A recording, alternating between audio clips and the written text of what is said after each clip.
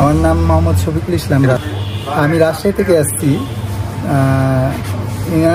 এর আগে অনেক আপনার কাজ দেখেছি এবং খুব ভালো লেগেছে। ইউটিউবে বেশ কিছু কাজ দেখেছি এবং সেই কাজগুলো আমাকে খুব ভালো লেগেছে। তা আমার এর আগেও 2টা বাসা আছে, তো তার থেকে এগুলো বেটার এবং ভালো মনে হচ্ছে। এই জন্য আমি এখানে আরেকটা কাজ করাতে চাচ্ছি। দর্শক মণ্ডলী, আসসালামু আলাইকুম।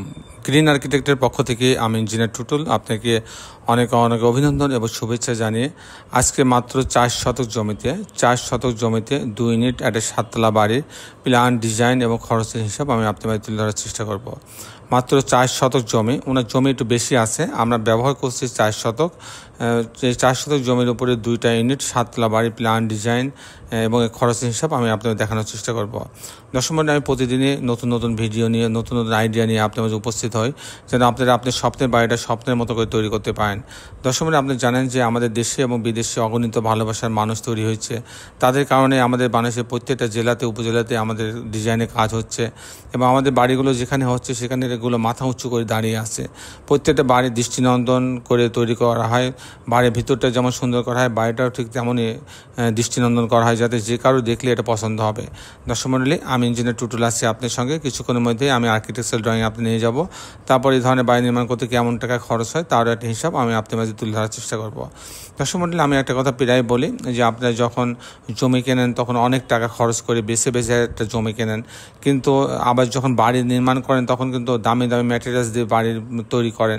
কিন্তু মাঝখানে যে কাজটা সবচেয়ে বেশি জরুরি, ডিজাইন, বাড়ির প্ল্যান ডিজাইন। আপনারা কিন্তু প্ল্যান ডিজাইনের ক্ষেত্রে এতটা কিন্তু সোচ্চার কিংবা এতটা সোচ্চার হন না, যার ফলে আপনাদের বাড়ির প্ল্যানটা কিন্তু ভালো যদি না হয় তাহলে বাড়িটা কিন্তু ভালো হবে না, আপনি যত টাকায় খরচ করেন। এই জন্য আপনাকে একটা অভিজ্ঞ আর্কিটেক্টের ফার্ম কিংবা একটা কনসালটেন্ট ফার্মের নিকট আপনাকে যেতে হবে। আপনার প্রাথমিক খরচ একটু বেশি মনে হইলেও আপনি লোকাল যারা ডিজাইন করছে তারা হয়তো একটা দোকান দিয়ে বসে একাই ডিজাইনটা করছে, কিন্তু যারা কনসালটেন্ট ফার্ম তারা কিন্তু একটা ডিজাইন কিন্তু 5-7 জন মিলে করে।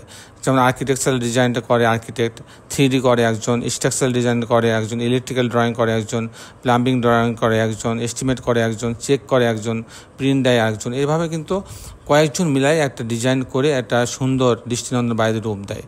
তো সেক্ষেত্রে আপনাকে আমি সবসময় উপদেশ দেবো যে আপনি অবশ্যই ডিজাইন করার সময় একটু সোচ্চার হবেন।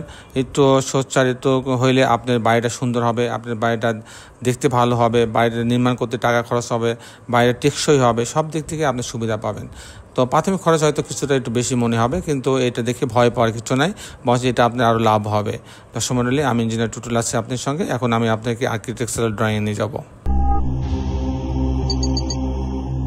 আর্কিটেকচারাল ড্রয়িংটা এরকম, আপনি দেখছেন গ্রাউন্ড ফ্লোরটা পুরা পার্কিংয়ের জন্য রাখা হয়েছে, ইলেকট্রিক্যাল মেকানিক্যাল রুম রাখা হয়েছে, লিফট আছে, সিঁড়ি আছে, সব মিলায় এটা হচ্ছে পার্কিং জোন হিসাবে পরিচিতি লাভ করছে।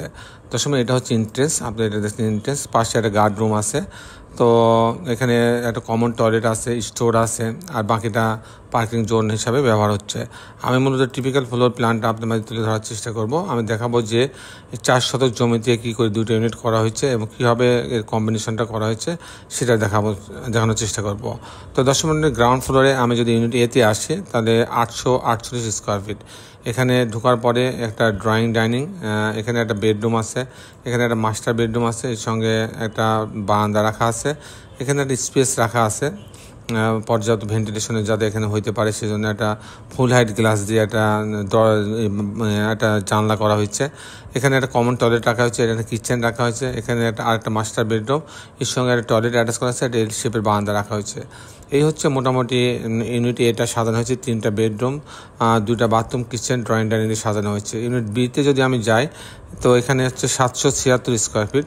এখানে ঢোকার পরে একটা ড্রয়িং ডাইনিং পাচ্ছে বড়, এখানে একটা কমন টয়লেট আছে, একটা কিচেন আছে, এটা একটা বেডরুম, এই বেডরুমের সঙ্গে একটা বারান্দা রাখা আছে, একটা ক্যাবিনেট আছে, এখানে আরেকটা বেডরুম রাখা আছে, এখানে আরেকটা মাস্টার বেডরুম, এর সঙ্গে একটা টয়লেট অ্যাটাচ করা আছে, আর একটা বারান্দা রাখা আছে। এই হচ্ছে, এখানেও কিন্তু মাত্র 776 স্কোয়ার ফিটের মধ্যে 3টা বেডরুম, 2টা বাথরুম, কিচেন, ড্রয়িংটা নিয়ে সাজানো হয়েছে। দর্শক মণ্ডলী, এই ছিল মোটামুটি আর্কিটেকচারাল ড্রয়িংটা।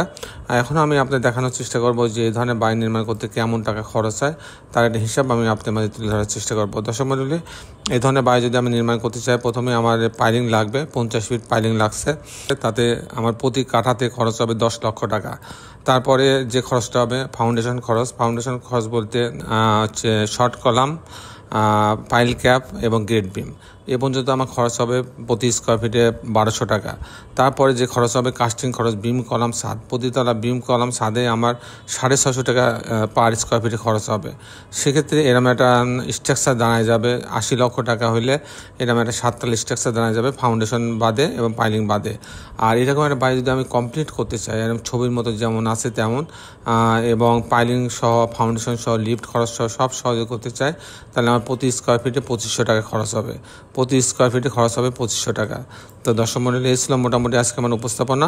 আপনি যারা দেশে এবং দেশের বাইরে আমার এই ভিডিওটি দেখলেন, সবাইকে আমি আমার প্রতিষ্ঠান গ্রিন আর্কিটেক্টের পক্ষ থেকে অনেক অনেক অভিনন্দন এবং ধন্যবাদ জানাচ্ছি। দর্শক মণ্ডলী, শেষে বেলে একটি কথা, আসুন আমরা সবাই আমাদের এই সুন্দর পৃথিবীটাকে সুন্দর রাখার জন্য অন্তপক্ষে একটি করে গাছ লাগাই। সবাই ভালো থাকবেন। আল্লাহ হাফেজ।